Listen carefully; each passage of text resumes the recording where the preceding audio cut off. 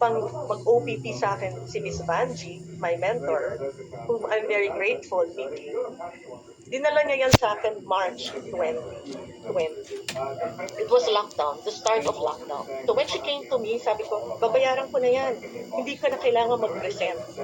Pero nagpursige si Banji. And it's good that she did. I allowed her inside my house and she presented. And I was amazed to find out what this product is all about, what it can do. So, she gave some testimonies, Kain ka pero na? sabi lang niya yun, di ba? So, I bought. And then, I started attending OPTs. Ito, Zoom. Every day, every night. Naka-camera off pa ako. Silent lang ako. Because I was waiting for somebody who would present or who would give a testimony about hearing loss. But instead, I saw a lot of testimonies that are unbelievable. Parang miracle. So it gave me hope.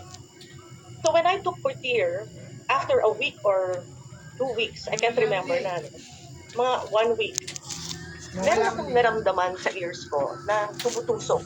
Masakit. Imagine yung may karayom na tumutusok sa loob ng tenga. And I was scared kasi on and off siya. One night lang yun, on and off. 5 seconds na tumutusok, mawawala. After 20 seconds, babalik. Then, may tumutusok na naman. Siguro mga 5 times yun. I got scared. I called Vanji. Vanji, lumalala ata yung tenga ko from Portier. But she told me na, no, ano yan, manifestation of healing yan. So, pinanghawakan ko yun. Because I was attending the OPTs, I saw testimony, so maybe it's true. But after a month, I suddenly heard sounds that I did not hear before. Dahil lockdown, yung aircon namin, tumutulo, hindi ko naririnig yun. But then I heard it after a month na or so. Parang naririnig ko na yung tulo ng aircon. Naririnig ko na rin yung doorbell namin na hindi ko dati naririnig. Lalo na my house is across an intersection. It's very noisy. So pag nasa kitchen ako, hindi ko naririnig yan. Naririnig ko na siya. But I said, I can only confirm that there's an improvement from my hearing if I take the hearing test. So after 3 months, nag-open na, no? I was able to go to SM Marikina and I saw that there's a hearing center there. And nagpa-hearing test ako. And the result was from my moderate severe to moderate. And then my moderate to mild. So, na-excite ako. I was overjoyed, but sabi ko, baka hindi naman pareho to. Because my hearing center is from SM Megapol, Manila Hearing Aid. So sabi ko, baka iba yung machines nila or iba yung testing. So, nagduda ako nun. So what I did that night, although excited na ako, I called Manila Hearing Aid of Mega Mall and nagpa-schedule ako for the next day. And I went. And after my test, itong technician was reading the result. Medyo matagal. So sabi ko, Arlene, bakit? Kasi ang tagal eh. So sabi niya, ma'am, yung moderate severe no, nag-moderate. Yung moderate yung nag-mild. So this is the result, no? You can see it. So, when I heard that, it's confirmed. Nag-improve yung hearing ko. Umiyak talaga ako. Ang hirap pa nun kasi meron pang shield, no? May face shield. And kaagad, naisip ko, sabi ko, Arlene, I'm taking stem cell. Can I share this to the people outside? Because they're also deaf. And I know how depressing it is to lose your hearing, diba? I wanted to share it. This is the power of Portier. Upon hearing the OPP, you will think of people, no? Like, I'm sure nag-iisip kayong lahat, diba? Sino ba yung pwede ko ka-friend kung may cancer? That happened to me. And when good result happened, I wanted to share it right away. So, improve yung hearing ko. And it's not only that. Ang daming benefits sa body ko. So, I used to have cramping of the fingers. I would, siguro dahil lagi ako nasa kusina, no? I always cook. Pag nag-chop ako, mafe-feel ko na magka-cramps yung finger ko, I would throw the knife and flex my fingers. And my children would notice me sometimes when I'm eating, I would drop the spoon and fork and flex my finger. The second the second improvement. No? Then I have back pains. I go to my chiro to adjust dahil nakukuryente yung likod ko. Once ma-feel ko yan, I couldn't move. I have to be bed rest. So, nawala yon. Hindi ko siya napuna, not until somebody mentioned na may back pain siya. And then, parang nawala na yung kuryente-kuryente ko sa likod. So, that's the third, no? And one more thing is, wala na akong hair sa legs. I don't know kung alam niyo, nagpa-laser na ako, no? But don't be scared kung sino man yung mga nagpa-IPL dyan. Tumubo ulit yung mga hair. Little lang, no? They're very thin and unnoticeable hair growth, which means nag-regenerate yung aking hair follicle. So, nabuhay siya. Diba? So, that's one of the promise of Fortier. And then, the fifth, menopause na po ako nung nag-take ako nito. 2020, my period was just every 3 months, 1 day, brownish. Pero after, I think a month, I can't remember anymore. Pero bumalik ang menstruation ko. And it, the regular, 5 days, bloody red, and for 2 years, I had my period. So that means, pinabata po niya yung matas ko. And it's good, di ba? I mean, if you're menopause, marami hong lumalabas na sakit dyan. Unang-una na yung ating bones, di ba? Osteoporosis. So, kahit at my age na nagkaroon ako, bumalik ang menstruation ko, I felt good about it. And, so madami na yon, no? I felt full of energy, and I continued taking it. So my mom continued taking it until now. So she's taking it for more than 5 years. And my mom is really strong. For me, I stopped for a while because kailangan kong i-control yung supply. But I told my husband when I purchased, sabi ko, Tita, kailangan kumuha ka rin. Ayaw niya kasi mahal. Sabi ko, hindi pwedeng hindi ka kumuha. Dahil hindi pwedeng mag 100 years old ako at wala ka. Diba? So, hindi siya naniniwala, pero he took it. And then he felt that something changed, no? Naging mas malakas siya, nawala yung snoring niya. And my children, hindi rin sila naniniwala kasi panay science sila, no? Ayaw nilang maniwala. Pero nung nagkasakit sila, they took it, they felt the difference. And now they believe. Pag may sakit sila, they would ask, Ma, may Fortier ba? Pero yun nga, dahil madami na kami nagtitake, kailangan i-control ko yung supply. Kasi tumatanda, I'm aging, right? We're aging. So sabi ko, baka may emergency, we need stocks. But last year, I stopped for siguro 6 months. I stopped for more than 6 months. But last year, I had a problem with my teeth. Meron akong pyorrhea.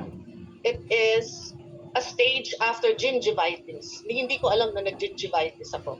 So my 2 molars are wobbling, no? Masakit siya, hindi ako makabite kasi inflamed. So even if I eat lettuce, masakit po siya, hindi ako makakakain. So I can only chew with my front teeth.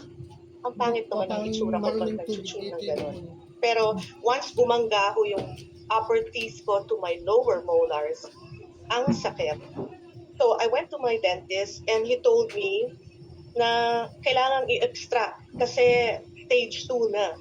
Hindi na siya mas-save. Although yung isa stage 1, but I don't want any extraction. I want to be natural, diba? So I told my dentist, Doc, I'm taking stem cell. Okay bang wag mo nang bunutin? Sabi niya, I believe in stem cells. Sige, take it. Let's see the improvement after 3 months. So after taking Fortier, but this time, dahil takot ako, no? Tsaka ang sakit, hindi ako nakakakain, I mega dose. Instead of taking 2 a day, I took 9 a day. At ganoon ako ka-desperado. 9 a day, but true enough, no? After 2 days, nawala yung pain. Nakakakain na ako. And then slowly, hindi na siya masyadong gumagalaw. So, nakakakain. Ito, nakakasalita na ako. Before, it was also hard kasi pag bumubo yung teeth ko. But because I did mega dose, no, sometimes 9, pag nakalimutan ko, nagte-10 ako or 12. Then I told my mom, sabi ko, ma, nag-increase ako ng dose. Hindi ko parang magkakaroon ako. Sabi ko, parang dadatnan ako. Because for the women, no, if you're gonna have you're expecting your menstrual cycle, minsan sensitive yung breast natin, right? Nagiging sensitive. That's what I felt. Sensitive siya. So sabi ko, ma, parang dadatnan ako. After a week, I had my period. So, after 3 years menopause, it came back. Pero, hindi ako natatakot because I felt nga na parang menstrual cycle because of the sensation of the breast, no? And there was no pain. It was a 5-day cycle, normal. The bleeding was controlled. So, sabi ko, mukhang may trinabaho sa mattress ko noong 4th year. May nilinis or bumabata siya. So, I don't know until I get my next period. But, ayoko ata. Tanda ko na, I'm 57. Baka magulat ang mga kabatch ko dyan, ano? But, surprisingly, I'm okay. As for my hearing, I'm wearing hearing aids, by the way, since 2017. It helped me, no? But I've noticed my hearing has remained the same.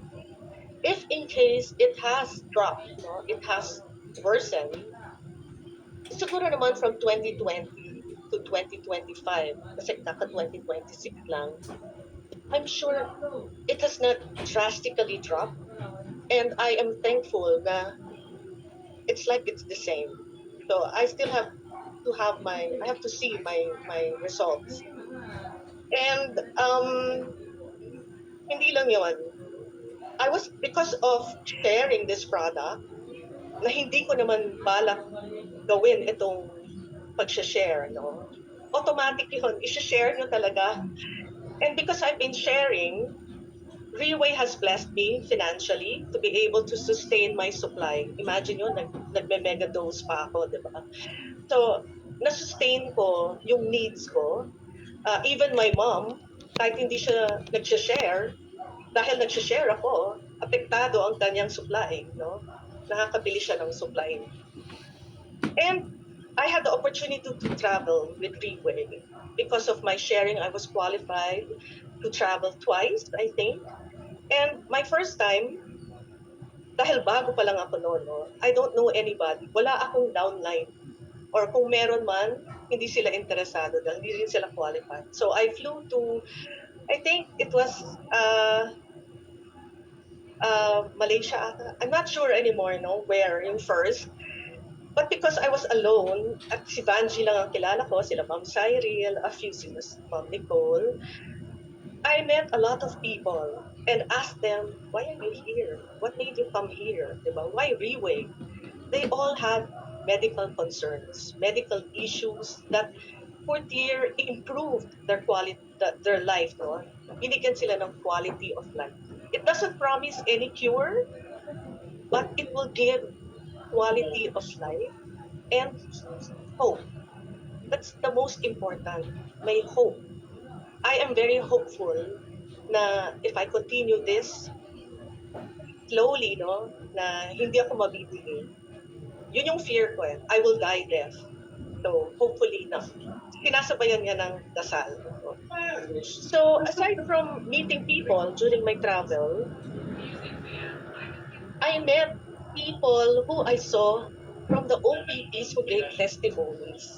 So, these people are real. Hindi ko gawa-gawa itong mga testimonies na to. They were real.